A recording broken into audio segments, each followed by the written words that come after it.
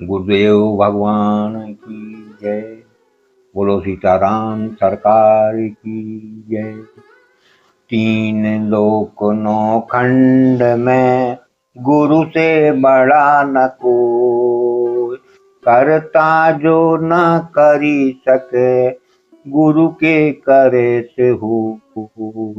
करता जो न करी सके गुरु के करे से हो।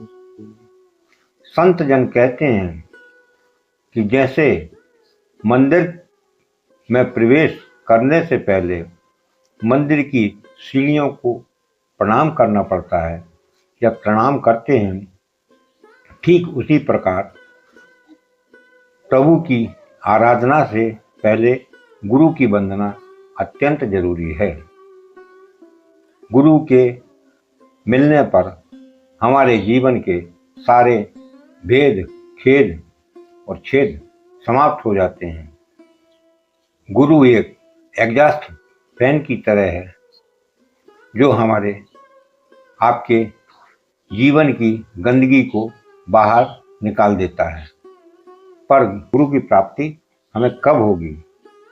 जैसे ही हमारे हृदय में ईश्वर को पाने की प्रबल इच्छा जागेगी, उसी क्षण ईश्वर आपके पास सच्चा गुरु भेज देगा, क्योंकि गुरु को आप स्वयं नहीं पा सकते और न ही उसे ढूंढ सकते हैं। इसकी व्यवस्था तो परमात्मा को ही करनी पड़ती है, क्योंकि बिना उसके आदेश के कोई उस तक पहुंच ही नहीं सकता। इसी क्रम में बाबा तुलसी ने बड़ा सुंदर ही लिखा है, अब मोहि भा भरोसे हनुमंता, बिन हरि कृपा में नहीं संता।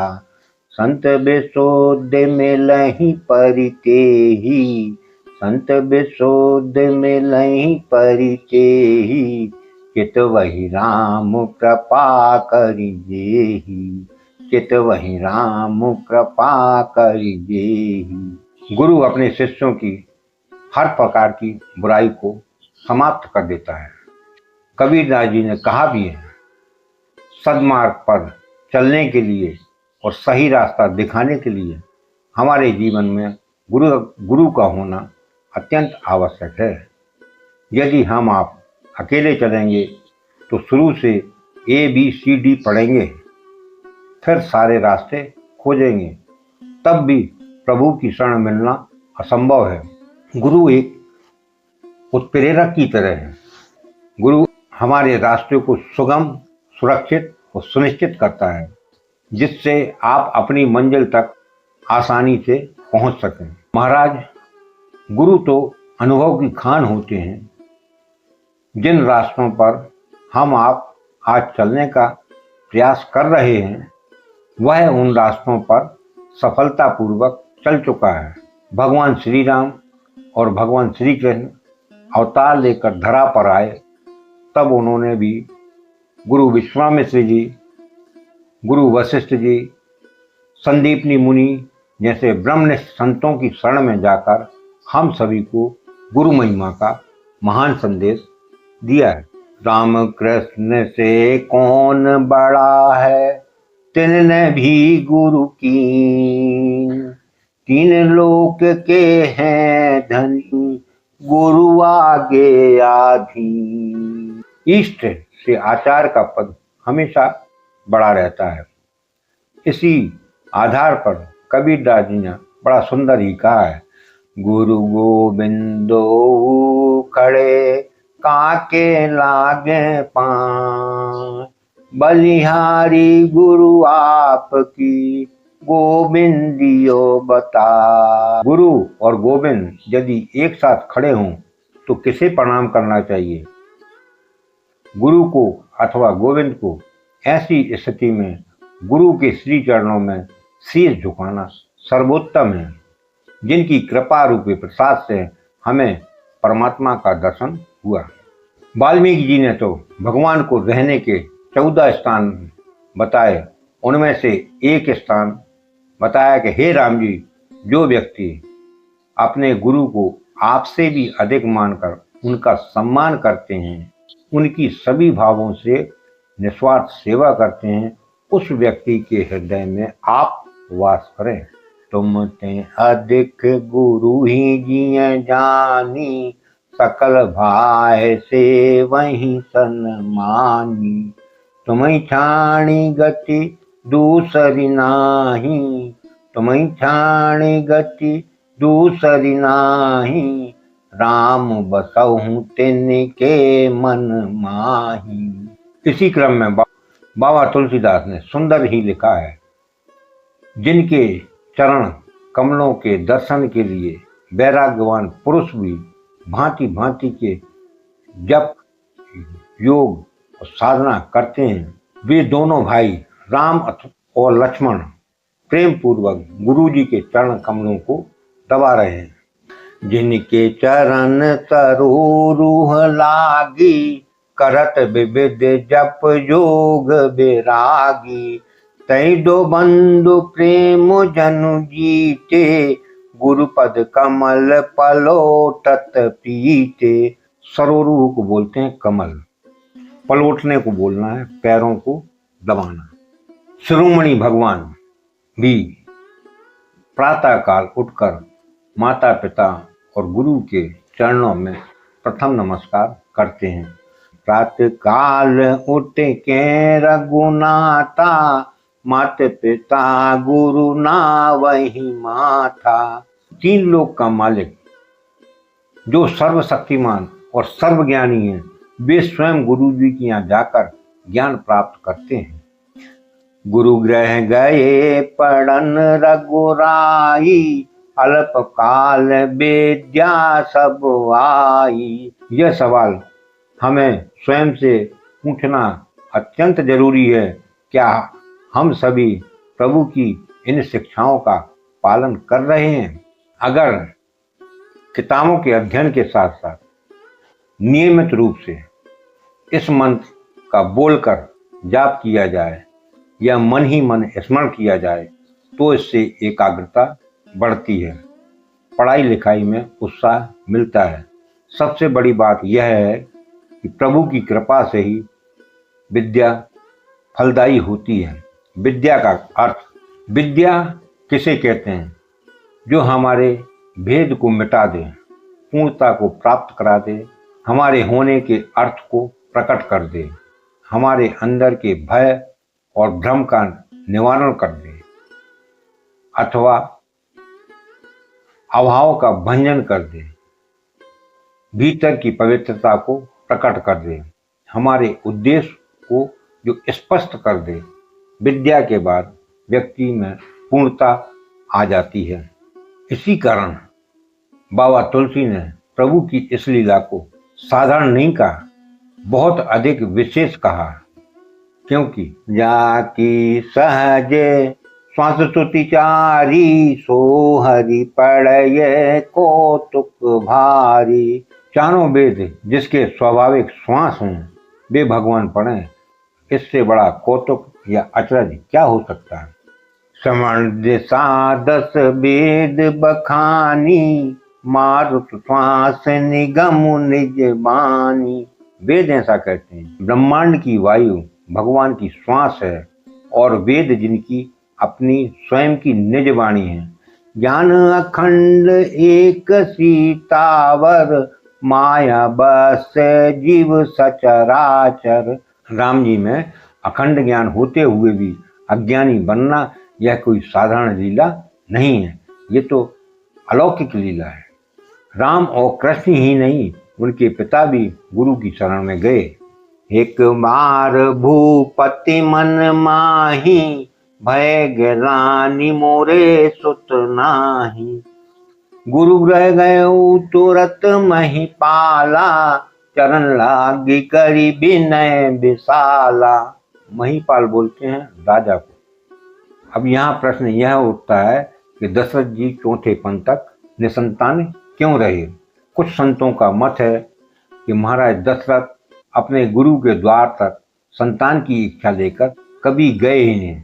निज दुख सुख सब गुरु ही सुनायहु, कही वशिष्ठ बहु विधि समझायो। और जिस दिन वशिष्ठ जी के द्वार पर संतान पाने की लालसा को लेकर गए तो भगवान श्री राम पुत्र रूप में अवतरित हो गए। गुरु जी ने राजा दशरथ जी को कहा, धरु धीर हुई है सुतचारी, प्रभु मन विदित भगत भयहारी, प्रभु मन विदित भगत भयहारी। भगवान का यह संकल्प है कि जो गुरु के द्वार नहीं जाता मैं उसको प्राप्त भी नहीं होता हूँ। बिना गुरु के प्रभु की प्राप्ति हो ही नहीं सकती है, क्योंकि गुरु बिन भवन देता रही न कोई, जो बेरंच शंकर सम होई। तुलसी बाबा ने बहुत सुंदर ही लिखा है कि ब्रह्मा जी में सृष्टि बनाने की ताकत है, भगवान शंकर में प्रलय करने की ताकत है, फिर भी हम और आप गुरु के बिना जन्म मरण के चक्कर से पार नहीं हो सकते। शास्त्रों में गुरु की अनंत महिमा का वर्णन किया गया है। यह तो सभी जानते हैं कि शब्द में ताकत होती है, लेकिन वह शब्द अगर दैवी शब्द है तो दैविक फायदे होते हैं, या आध्यात्मिक शब्द है तो आध्यात्मिक फायदे होते हैं। और यदि यह शब्द मंत्र है और गुरु के द्वारा विधिवत रूप से दिया गया है तो उसके जाप से जो फायदा होता है उसका वर्णन हम तुम तो क्या, स्वयं परम पिता परमात्मा भी नहीं कर सकते, क्योंकि गुरु के द्वारा दिया गया मंत्र सर्वोपरि होता है। जैसे माला में सुमेरु श्री गुरुदेव जी हैं, भक्त भक्ति भगवंत गुरु चतुर नाम बपुवे, इनके पद बंधन किए नासत बिघन हनी। भक्त, भक्ति, भगवान और गुरु कहने के लिए तो ये चार अलग अलग हैं, किंतु इनमें कोई भेद नहीं है। जैसे एक माला में चार तत्व होते हैं, पहला मोती, दूसरा धागा, तीसरा फुंदना और चौथा सुमेरु, पर माला तो एक ही है। इसी प्रकार भक्त माला के मोतियों के समान है, भक्ति जो है वो धागा है, और सुमेरु जो है वो श्री गुरुदेव जी हैं, और फुंदना जो है वो भगवान स्वयं है। संत श्रोमणी नावादास जी ने कहा है, भक्ति, भक्त, गुरु और भगवान ये सब एक ही दिव्य माला के अभिन्न अंग हैं। जब ये चारों एक साथ होते हैं तब जाकर भक्ति का मार्ग पूर्ण होता है। भक्ति को पाने का केवल और केवल एक ही रास्ता गुरु ही है। तुलसीदास जी ने रामचरितमानस की पहली चौपाई ही गुरु वंदना से शुरू की है। वंदे गुरु पद पदम परागा, सुचिर सुभाष सरस अनुरागा। पदम कहते हैं कमल को, धूल जो फूल के बीच में, जो फूल के बीचों बीच लंबे केसरों पर जमा हो जाती है उसको पुष्परज बोला जाता है। सुरुचि का अर्थ है सुंदर रुचि, सुरुचि को इच्छा भी कहा गया है। सुवास सुंदर वास, वास का अर्थ सुगंध, वासना और कामना भी है। सरस का मतलब रस युक्त, सरस अनुराग मतलब उत्तम प्रेम। गुरु के चरणों की इतनी बड़ाई क्यों की गई? यहाँ चरणों के विभिन्न हिस्सों को पौराणिक प्रतीक से जोड़ते हुए चरण रज को अत्यंत पवित्र और शक्तिशाली बताया गया है। चरण के अंगूठे में शेषनाग का वास है जो संपूर्ण सृष्टि को धारण करते हैं।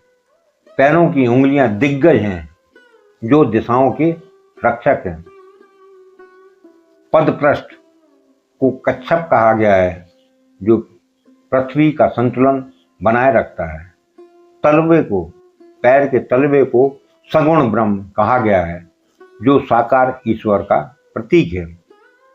और चरण की रज सत्ता स्वरूप है। इस कारण ही पद रज की बड़ाई की गई है। पद रज सेवन से शिष्य में भी भक्त भगवंत और गुरु के प्रति सुंदर रुचि हो जाती है। इस कारण गुरु के साथ साथ शिष्य की भी सराहना होने लगती है। यही सुभाष है। चरण रज के सेवन से शिष्य के भीतर उसी प्रकार के गुण उत्पन्न हो जाते हैं जैसे गुरु में होते हैं। गुरु के चरणों में पूरे संसार की रुचि एक रस होती है। गुरु का प्रेम और मार्गदर्शन सभी प्राणियों के लिए एक समान ही होता है।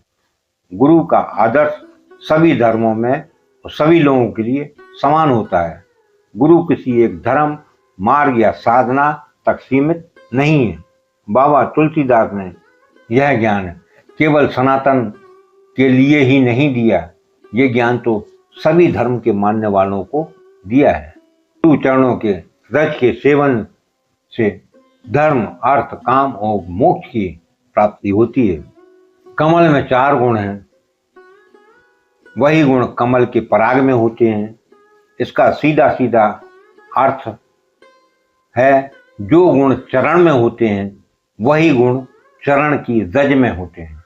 इसलिए बाबा तुलसी ने कहा, मैं गुरु महाराज के चरण कमलों की रज की वंदना करता हूँ। वंदे गुरु पद पदम परागा, सुचिर सुभाष सरस अनुरागा। अम्यमूर मैं चूरन चारु, समन सकल भव रुज परिवारु। अम्य का अर्थ है अमृत। अम्या मूरी संजीवनी बूटी को बोलते हैं। भव का अर्थ है संसार या मोह माया। रुज का अर्थ है दुख या कष्ट। परिवार का अर्थ है समूह। भव रुज परिवार का अर्थ है काम, क्रोध, लोभ, मोह, मत्सर, दम, कपट, तृष्णा, राग एवं द्वेष। ये सभी मानस रोग हैं। ये मन के रोग हैं। महाराज, ये मानस रोग तो केवल भगवान या भगवान के भक्तों के गुणगान से ही दूर होते हैं। इन मानस रोगों पर दवा का कोई असर नहीं होता है। गुरु के चरणों की रज अमर मूल का सुंदर चूर्ण है, जो सभी भवरोगों का नाश करने वाली है। संजीवनी बूटी असर कब करती है? सदगुरु वैद बचन विश्वासा, संयम यह ना विषय के आशा। संयम यानी नियंत्रण। भरत जैसा संत, जिसका पूरी की पूरी राम कथा में कोई अपराध ही नहीं है, पर वह अपने को दोषी मानकर सजा काट रहे हैं। राम जी भी उसी भरत का भजन करते हैं और भरत की साधना को देखकर स्वयं वशिष्ठ जी भी लज्जित होते हैं। वशिष्ठ जी भी संकोच में आ जाते हैं। भरत सरिस को राम सनेही, जग जप राम राम जप जेही। सुन व्रत नेम साधु सकु चाही, देखे दशा मुनि राज लजाही। ऐसे संत ने भी गुरु की महिमा का बखान किया है। गुरु पितु मातु स्वामी हित बानी, सुनी मन मोदित करहि भली जानी। उचित की अनुचित किए विचारु, धर्म जाय सिर पातक भारू। पातक माने पाप होता है। गुरु, पिता, माता, स्वामी और मित्र की वाणी को सुनकर प्रसन्न मन से अच्छी समझकर मानने के साथ साथ करना भी चाहिए। उचित अनुचित का विचार करने से धर्म की हानि होती है और सिर पर पाप का भार बढ़ता है। माता पिता गुरु प्रभु की बानी, बिनय विचार करहि शुभ जानी। माता पार्वती ने सप्तऋषियों से कहा, मैं नारद के वचन को नहीं छोड़ूंगी, चाहे घर बसे या उजड़े। इससे मैं डरती नहीं हूँ। जिसको गुरु के वचनों में विश्वास नहीं है उसको सुख और सिद्धि स्वप्न में भी प्राप्त नहीं होती। माता पार्वती की गुरु के प्रति आस्था और विश्वास की पराकाष्ठा है। आस्था और विश्वास की पराकाष्ठा में ही पत्थर भी पानी में तैर जाते हैं। राम सेतु इसका प्रमाण है जो आज भी देखा जा सकता है। पत्थर का पानी में तैरना आस्था की पराकाष्ठा ही है। माता पार्वती हम सभी की एकनिष्ठ भक्ति की गुरु हैं। नारद बचन न मैं परिहरि हूँ, बसऊँ भवन उजरहि नहीं डरे हूँ। गुरु के बचन प्रतीत न जेहि, सपने सुगम न सुख सिद्धि तेहि। सपने सुगम न सुख सिद्धि तेहि। गुरु के चरण रज की महिमा महाराज दशरथ जी बोलते हैं। जे गुरु चरण रेणु से धरे हैं, तेजन सकल बेहो बसे करे हैं।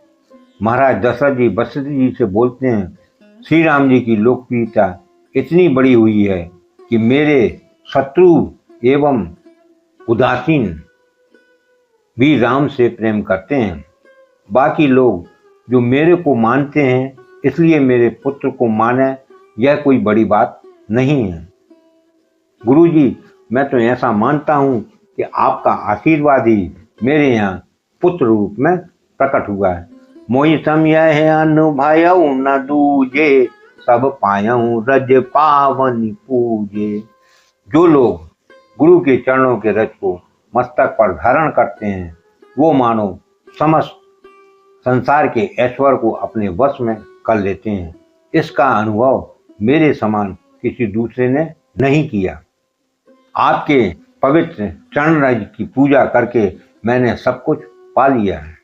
पर महाराज, माता पिता गुरु को भी आज्ञा देने से पहले एक बार विचार अवश्य करना चाहिए, नहीं तो परिणाम विपरीत होते हैं। बिना विचारे जो करे सो पाछे पछताए, काम बिगाड़े आपनो जग में होत हसाए। जग में होत हसाए। जब गुरु माता पिता आज्ञा देवें तब यह देखना चाहिए कि गुरु माता पिता अथवा बड़ों ने जो आज्ञा दी है वह शास्त्र सम्मत है या नहीं। अगर वह शास्त्र सम्मत नहीं है तो उस आज्ञा का अगर शिष्य या बालक पालन करता है तो वास्तव में वह धर्म पालन की भ्रांति में अधर्म ही कर लेता है। इसी क्रम में बाबा तुलसीदास ने लिखा भी है, सचिव वैद गुरु तीन जो प्रिय बोलई भय आस। राज धर्म तन तीन कर होए बेगही ना। होए बेगही ना। अर्थात राजा का सलाहकार, रोगी का वैद्य और शिष्य का गुरु, यदि ये तीनों किसी डर या लालच या झूठ से कोई सलाह देते हैं तो राजा का राज्य समाप्त हो जाता है, रोगी का शरीर समाप्त हो जाता है और गुरु की शिक्षा देने से धर्म का नाश हो जाता है। गुरु की गलत शिक्षा देने से धर्म का नाश हो जाता है। राम ने लक्ष्मण से कहा, तुम मेरे साथ वन में मत जाओ, पर लक्ष्मण जी नहीं माने। श्री राम जी ने सीता जी से साथ चलने को मना किया, पर उन्होंने भी राम जी का कहना अस्वीकार कर दिया। सुमंत जी ने भगवान राम से कहा कि आपके पिता महाराज दशरथ ने कहा है कि आप लोगों को 4 दिन वन में घुमाकर वापस अयोध्या ले चलूं,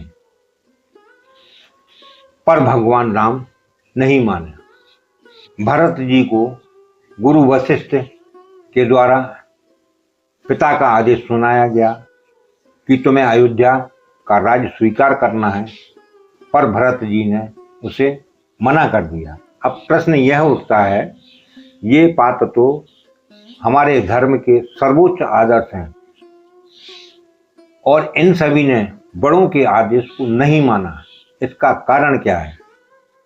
अब प्रश्न यह उठता है कि ये सभी बात तो हमारे धर्म के सर्वोच्च आदर्श हैं और ये बड़ों के आदेश को नहीं मान रहे, आखिर क्यों? उनके ना मानने के पीछे क्या कारण है? इन सभी ने यह देखा कि इस आदेश का, जो उनको आदेश दिया गया है, उसका आधार क्या है। धर्म का उद्देश्य भोग पर नियंत्रण है, ना कि भोग का समर्थन करना है।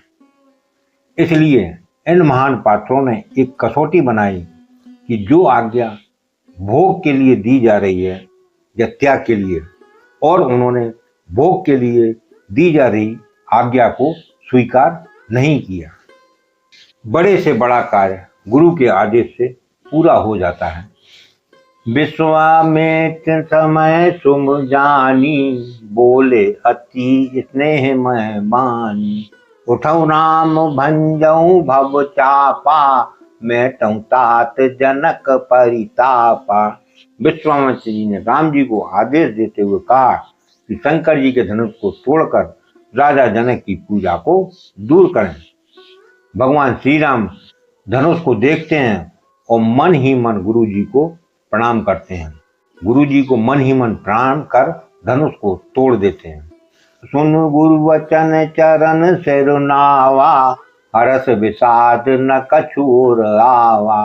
गुरु प्रणाम मन ही मन कीना, अति लंघाओ उठाए धनु लीना। तेई जन राम मध्य धनु तोरा, भरे भुवन धुनि घोर कठोरा। मन ही मन राम जी ने गुरु को प्रणाम किया और बड़ी फुर्ती से धनुष को उठा लिया। जब धनुष को हाथ में लिया तब वह धनुष बिजली की तरह चमका और फिर आकाश में मंडलाकार हो गया। धनुष को उठाते, चढ़ाते और खींचते हुए किसी ने नहीं देखा। अर्थात ये तीनों काम इतनी फुर्ती से हुए कि धनुष को कब उठाया, कब चढ़ाया और कब खींचा, इसका किसी को पता ही नहीं लगा। सबने राम जी को धनुष को खींचे खड़े देखा। उसी क्षण राम जी ने धनुष को बीच से तोड़ दिया। यदि कोई गुरु की निंदा करे या गुरु से ईर्ष्या करे तो उसका परिणाम क्या होता है, बाबा तुलसीदास ने सुंदर ही लिखा। जे सट गुरु सन ईर्षा करहिं, रौरव नरक कोटि जुग परहिं। तिजग जोनि पुण्य धरहिं शरीरा, आयुत जन्म भरि पावहि पीरा। आयुत जन्म भरि पावहि पीरा। रौरव माने भयंकर, भीषण, घोर। कोटि माने करोड़ों। त्रिजग माने पशु तथा कीड़े मकोड़े। आयुत 10,000 की संख्या को बोलते हैं। जो मूर्ख गुरु से ईर्ष्या करते हैं वे करोड़ों युग तक रौरव नरक में पड़े रहते हैं। फिर वहां से निकलकर वे पशु पक्षी आदि की योनियों में शरीर धारण करते हैं और 10,000 जन्म तक दुख पाते रहते हैं। हरि गुरु निंदक दादुर होई, जन्म शस्त्र पावतन सोई। राखै गुरु जो कोप विधाता, गुरु विरोध नहीं को जग त्राता। गुरु विरोध नहीं को जग त्राता। त्राता माने रक्षा करने वाला। शंकर जी और गुरु जी की निंदा करने वाला मनुष्य अगले जन्म में मेढक होता है। वह 10,000 जन्म तक मेढक का शरीर पाता है। ब्रह्मा भी अगर क्रोध करे तो गुरु बचा लेता है, पर गुरु से विरोध करने वाले को जगत में कोई बचाने वाला है ही नहीं। कलयुग में अगर किसी गुरु का मिलना कठिन प्रतीत होता है तो भगवान श्री कृष्ण या भगवान शंकर को अपना गुरु मानना चाहिए। वासुदेव सुतम देवम कंस चारुण मर्दनम, देवकी परमानंदम कृष्णम वंदे जगत गुरु। माता पार्वती ने शंकर जी से कहा है, तुम त्रिभुवन गुरु वेद बखाना, आन जीव पावर का जाना। गुरु की महिमा का कोई अंत नहीं है, ना ही लिखा जा सकता है और ना ही कहा जा सकता है। सब धरती कागज करूं, लेखन सब बन राय, सात समुद्र की मसी करूं, गुरु गुण लिखा न जाए, गुरु गुण लिखा न जाए। गुरु की महिमा का कोई अंत नहीं है और ना ही गुरु की महिमा को कोई लिख सकता है और ना ही गुरु की महिमा को का कोई बखान कर सकता है। जय जय श्री सीताराम।